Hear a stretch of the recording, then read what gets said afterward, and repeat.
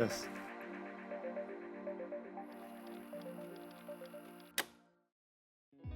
Hi, good day. Welcome to the first episode of our inaugural TradeTrust podcast series. Today, I have a very special guest with us. It's none other than Satvinder Singh, who currently is the Deputy Secretary General of the ASEAN Secretariat. Welcome, Satvinder. Thank you, Singh. It's always a pleasure to be here. Thank you for giving my chai and my roti kaya. In Jakarta, we miss that, And I so know. it's nice to be back here home and nice to be here doing this with you. But tell me, what's keeping you awake at night? You are the champion of trade digitalization to the world. So what are you working on these days? You know, I've been on this TradeTrust project for the last 6 years now. And you also know that TradeTrust is a framework for digitalizing of trade documents. So Especially, important. It's so important. I like that word, framework, because every time the industry makes a mistake, thinking that it's a centralized platform of some kind, it's basically a public good. Yes, that's out there. It's actually a digital public good, Yeah. which in Singapore we use this term called digital utility. Yeah. It's actually part of the soft infrastructure that we are building under our digital connectivity blueprint that we actually launched last year. It's just for Singapore, or this is for everyone in the world? Anyone in the world, because we feel that having a common framework that allow trade documents to be digitalized globally is an important part of trade digitalization based on our experience in the past. So what brings you back to Singapore? I'm here for the Iron Ore Week this week. So I was addressing the mining sector about decarbonization. As you know, that's like the pet topic alongside digital transformation. These two are the two pet topics of ASEAN these days. So that's what brings me here for this moment. I am actually more keen to find out what IMDA is doing these days with TradeTrust. Where are you with TradeTrust? Okay, for TradeTrust, we have actually moved beyond just pure pilot to, I guess, straight live trial. By live trial, we mean that really make use of electronic transferable record, either for financing or for cargo clearance or for trade facilitation. Right. And today, the landscape is really different. What has changed, Singh? What has changed now? I think there are a couple of things.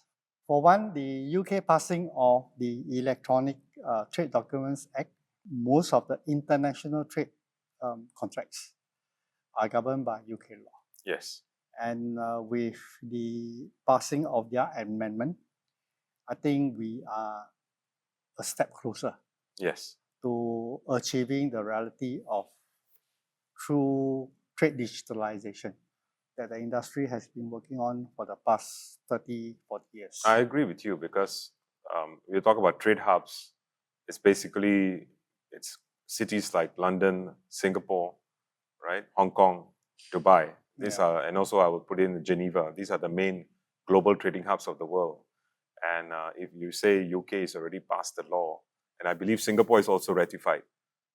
We did that 2 years ago. 2 years ago, right? So I Yes. think definitely then, which means we are much closer to seeing the vision of where yourself, you've been pushing this so hard in terms of adoption of trade digitalization.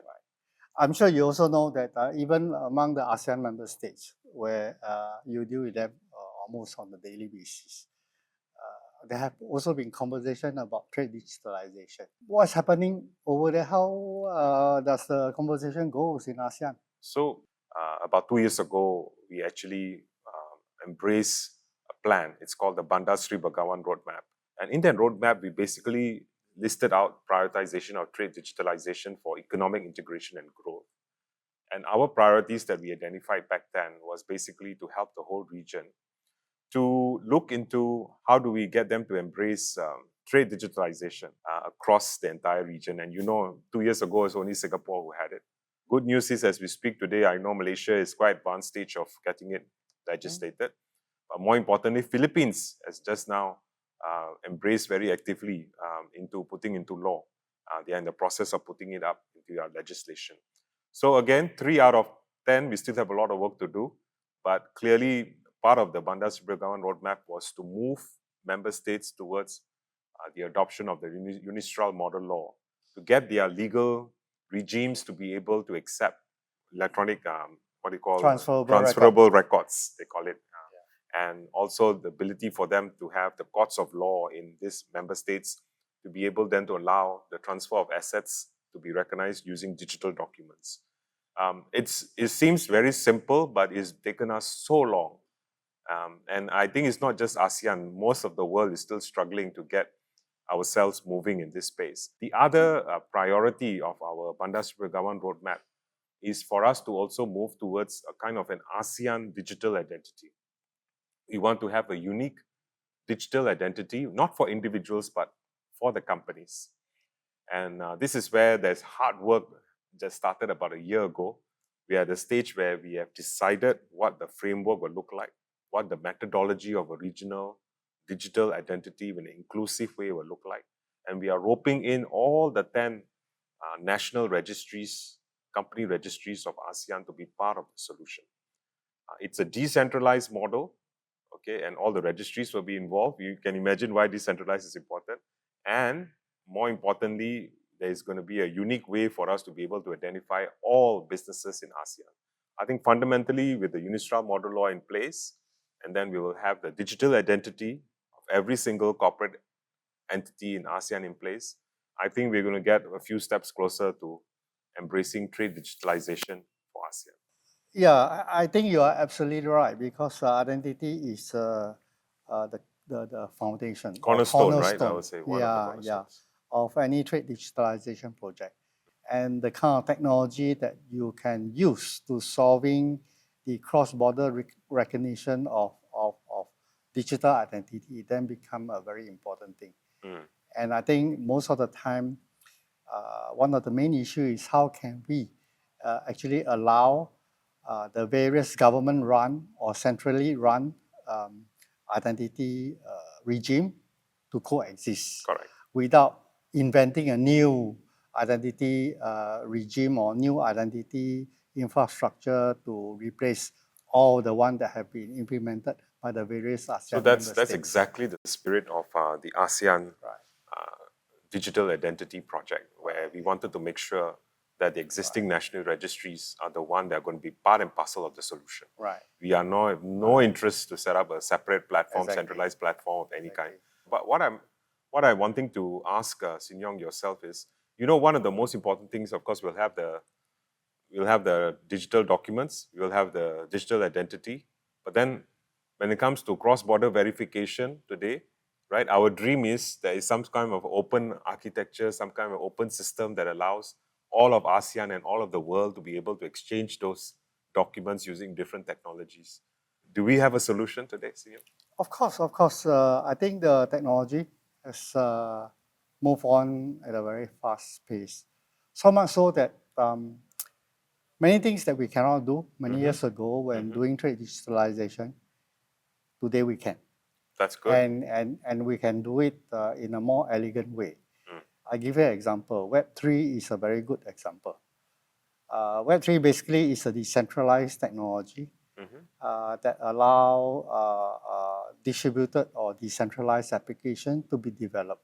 And this decentralized model actually fits very well into a cross-border use cases. Okay. Because typically in a cross-border use case, there's no central registry. Maybe I'll also give you an example. In the past, I'm sure you deal with share certificate when you buy share for a company, right? And at that time, before digitalization, we always make use of this piece of paper called share certificate. Then our Singapore side, we have this central depository, I'm sure you recall. And central depository, the idea is to set up a registry that record all share ownership. So this centralized model works, right? But then when you come to cross-border, our ASEAN single window is a very good example, right? Based on UNCFAC definition of single window, recommendation 33. A single window is a single platform where importer, exporter just interact with government of a particular country.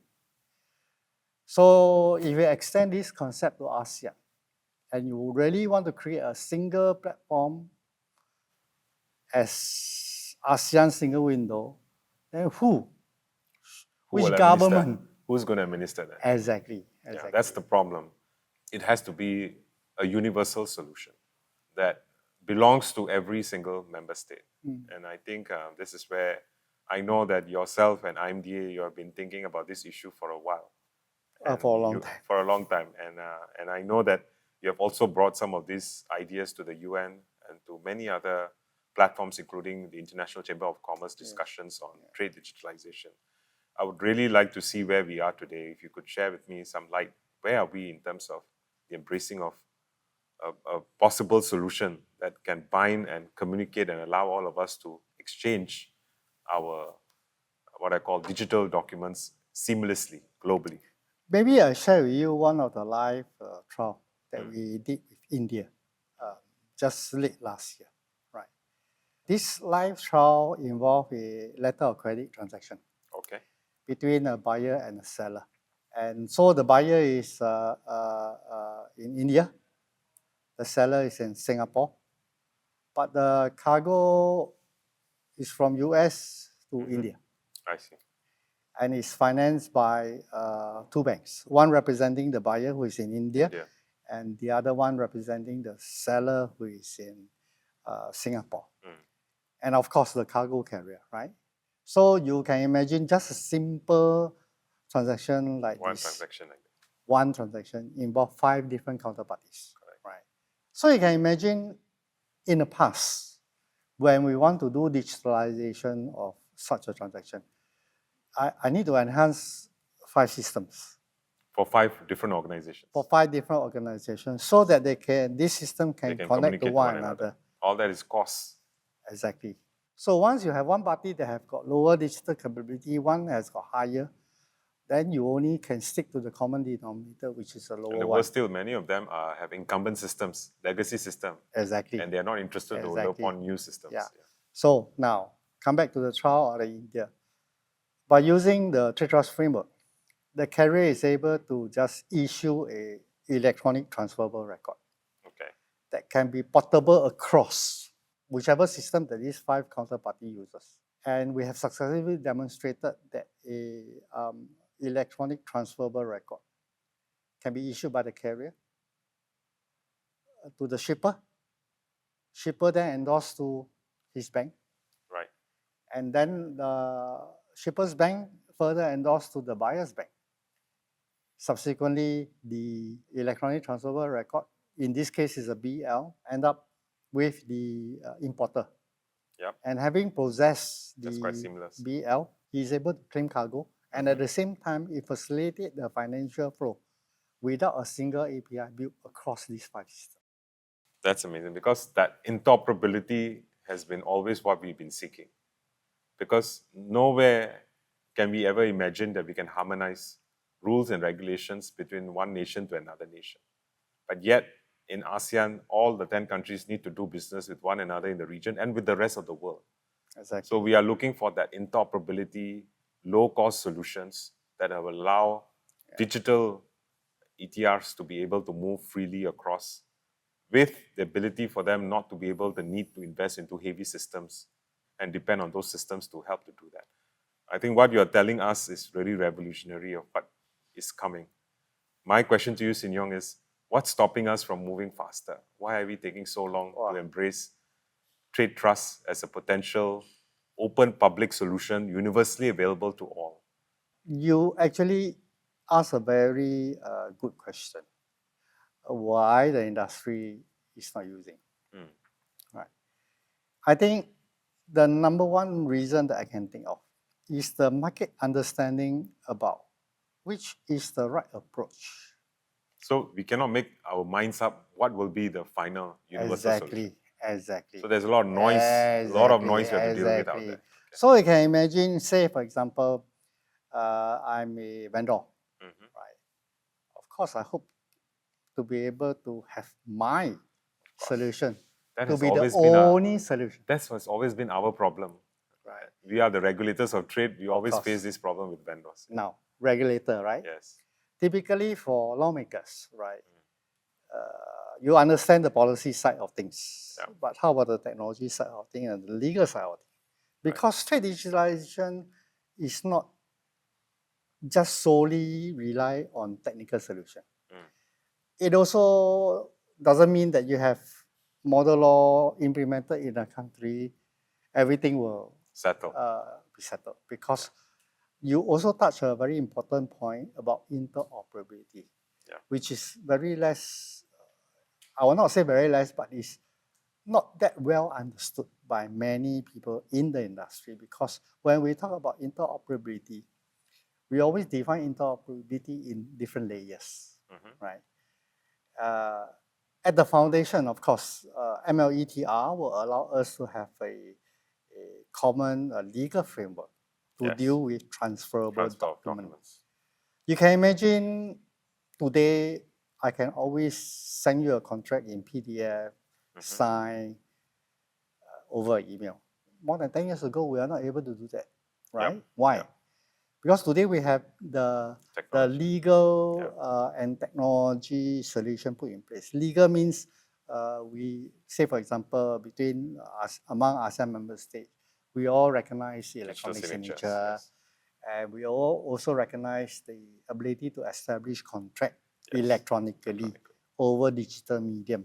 Yes. But can you imagine if our email doesn't talk to one another? Yeah. There's no standard technical protocol that allow me to send my signed PDF to you electronically. So what can I do? Yeah. Of course, I have to print it out and code it to you. And this is exactly what happened to this class of document called transferable document today. Right? Prior to MLETR, no law recognized that this is a transferable document. Yeah. Digitally. So no choice. Everyone needs to print that piece of paper, sign, code it over. So now Singapore enacted our law 2 years ago, and ASEAN is going to. Then that sets the legal foundation, right? But on top of this legal foundation, we still need ability for our system to talk to one another. Yeah. So you can imagine if, let's say, for example, Malaysia changed their law, Philippines changed their law, Vietnam changed their law, Singapore already changed our law, but each country implement their EDR in a different way. It's as good as I have an electronic contract. Depending on who you are, I have to use a different email system to talk to you. Yes. Yes. This is the situation. That's where interoperability is important. Exactly. And thank God technology has improved so much that through API technology knowledge today, and the cost of doing it today has come down so much. Exactly. There's ability for us to have that interoperability in place. And in fact, this is where, Sin Yong, I also want to say that on the ASEAN side, I think I hear you already, UK has legislated. I hear many of the European developed nations are also moving towards embracing Unistra model law into their system and legislating it. In ASEAN, we are trying to push it very actively. And that's done through the Bandar Seri Begawan Roadmap, third most important initiative, which is the start of negotiation of our Digital Economic Framework Agreement, DEFA. DEFA is going to be, in the world, the first regional digital agreement that's going to be legally binding. So far, all of the electronic digital agreements you see around the world are not legally binding. They are more voluntary basis between two bilateral countries. But this one is going to be the first regional digital agreement that's going to bring the 10 countries of ASEAN together. And within that, we are touching everything from the movement of data cross borders, movement of payments cross borders, right down to how do we harmonize protocols in cybersecurity, digital identity, including e-commerce we are putting in it. But one of the big anchors in there is trade digitalization. And within trade digitalization, I think this is where there's an opportunity for us from this year, 2024 and 2025, as we are negotiating this agreement, for us to put into proviso in our agreements between the 10 countries that will truly get our commitment for the entire region of ASEAN to move forward in embracing their commitment towards first getting their regimes updated so that they can recognize digital documents in court. And number 2, getting the digital identity system up and running. And number 3, commitment towards the 10 countries to move towards a greater amount of connectivity in trade digitalization. Yeah. And you know, you are the champion of trade digitalization long time ago. I remember you were the father of the ASEAN single window. You were one of the key. Not really, father. One of I the was key, involved in. yeah. It's not like we haven't SDA. done trade digitalization in ASEAN, right? So I just want to say that trade digitalization shouldn't be something alien to us in ASEAN. We have the ASEAN single window. Today, we are just exchanging trade documents, trade facilitation, one type of a trade facilitation documents. We are now doing the Form D for Yeah, Antigua. And now we Form have D. added some of the phytosanitary certs into those exchange. So it's not like we haven't done it on the B2G basis, right? In terms of documents. But what we are envisaging trade digitalization is going to be an entire different thing, right? So what do you see is going to be the future? Because trade digitalization means including B2B Yes. transactions one day. I can't imagine what kind of savings and what kind of growth that can bring to our region. Forget about that. Imagine if you dump all that paper behind it, how much of decarbonization we can achieve. Certainly, there are many reports that talk about how much saving we can achieve, how many trillion, how many billion dollar of saving if we were to just digitize the BL alone. Wow, right? just be let alone other documents. Other doc- Right? And I think today the technology really will enable us to do things that we can never imagine we could do. Say, for example, between two countries, if you want to exchange certificate of origin, you need to first build a data bridge Yep. between the two countries or link up the various country single window so that cert of origin data can be moved through this secure data, we call it secure data pipe. EDI and that kind. So the mental model is I trust the pipe, therefore I trust the data that move across the pipe. Yeah. Right. Today with Web3, the mental model need to shift. Yes. How can I facilitate data exchange without building pipes? Precisely. So it's cloud solution. Not really cloud solution. For example, like today, when I send you a PDF file, you don't really care what software I use to produce. Neither do I care what software you use to open. Imagine trade document can behave the same way with an added benefit of, say, for example, you receive what we call a verifiable document, right? Yeah. Certificate of origin is a very good example. It's typically issued by an authority in an exporting country, pass to the exporter pass to the logistic service provider, logistic provider pass to the importing country logistics provider, and pass to the, you can say, the importer before the importer use it to declare for the importing customs. Yeah. Right. So you can imagine one document pass through 6 different hands. And the traditional way of doing trade digitalization is link them all up. But we know this approach is very difficult Not to sell. sustainable, very expensive. Exactly. So what if I package the data of this certificate of origin in a way that whoever that get hold of a self-containing data packet can verify that this data is authentic by using modern cryptography way.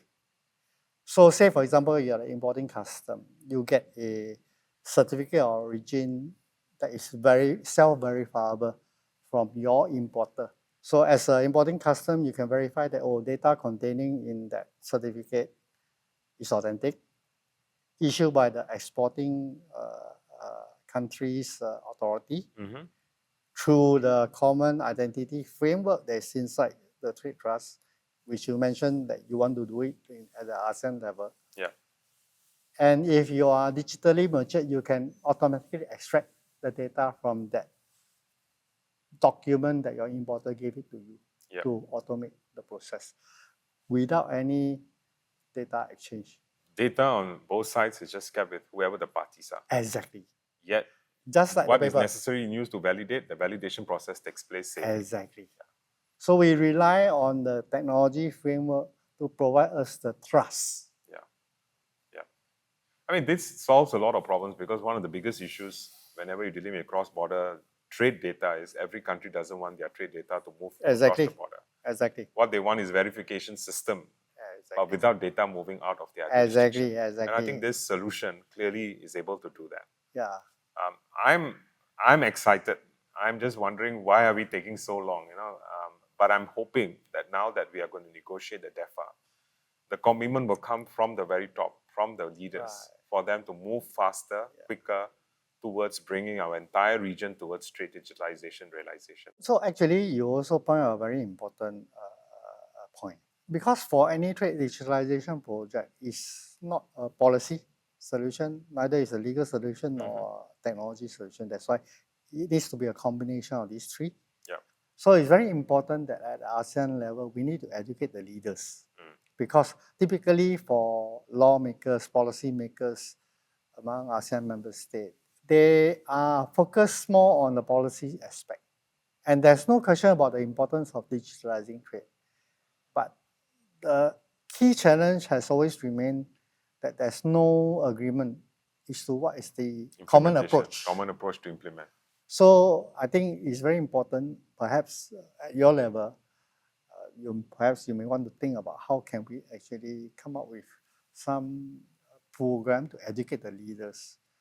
That while policy alignment is important, we also cannot ignore the fact that they also need to be educated on a common approach that is more decentralized, inclusive, accessible to all ASEAN members. So we are at the ASEAN Secretariat level in the various working committee groups looking at trade digitalization. That's the idea. I think we want to bring some of these solutioning, the best of class of solutions for ASEAN at those platforms, and to get a buy-in by the 10 countries at the working technical level on the procedure forward. So I would definitely urge practitioners like you, technical people like you, please come and work with us. Oh, certainly. I think this is also one area that Singapore can contribute. I also see that the global organizations are also engaging you very deeply, like the ICC, including United Nations. Yes. So I think we all need to do this together, the whole world, and we need to get it right. Because at the end of the day, it's not just an ASEAN solution we're looking for a global solution. We need to do business with the rest of the world digitally. So therefore, we look forward to not just working with you, but also working with the larger global trade organizations and groupings to move this agenda forward. Similarly, I'll be very happy. I'm so happy to get this. Your effort.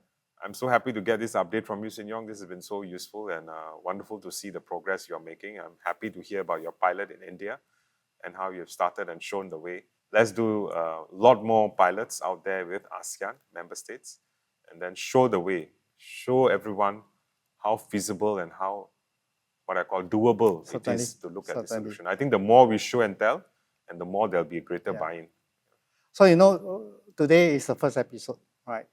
And this is also the reason why we are doing this, because we realize that there are a lot of misinformation in the market about what is a scalable approach to trade digitalization. Right. And we hope to actually, through this podcast, we can actually share our experience with the industry. Because IMDA is a government organization, we are not commercially motivated. We are promoting a better way of doing trade digitalization in a scalable way. Absolutely. That is inclusive and accessible to everyone. Absolutely. And I congratulate you on that. Thank you for doing this global service. I don't even say national service, it's global service to the world, because believe me, we need it so badly. Trade really needs to move, and trade needs to modernize. Yes. Trade has to move towards digital. We have to move away from our analog status today, and we need it so urgently. Okay, so thank you again, Shin Yong, for your hard work. Also, I need to thank you for spending the time out from your busy schedule to be with us today. My pleasure to learn from you every time. And I sit down like you like this, every time I learn. I'm always updated. Yeah, it's always you are most pleasure. welcome. Always a pleasure. Yeah. Thank you. Thanks, Satvinder. Thanks. Thank you for being with us in this first episode of our TradeTrust podcast series. Through my conversation with Satvinder, I'm sure you have a sense of where we are going and what are we going to talk about. In the subsequent episode, we'll be talking to different industry players to look at trade digitalization from their lens. And also, I would like to take this opportunity to invite anyone from the industry who are keen to actually talk to us about this topic and involved in our podcast series to reach out to us. Thank you.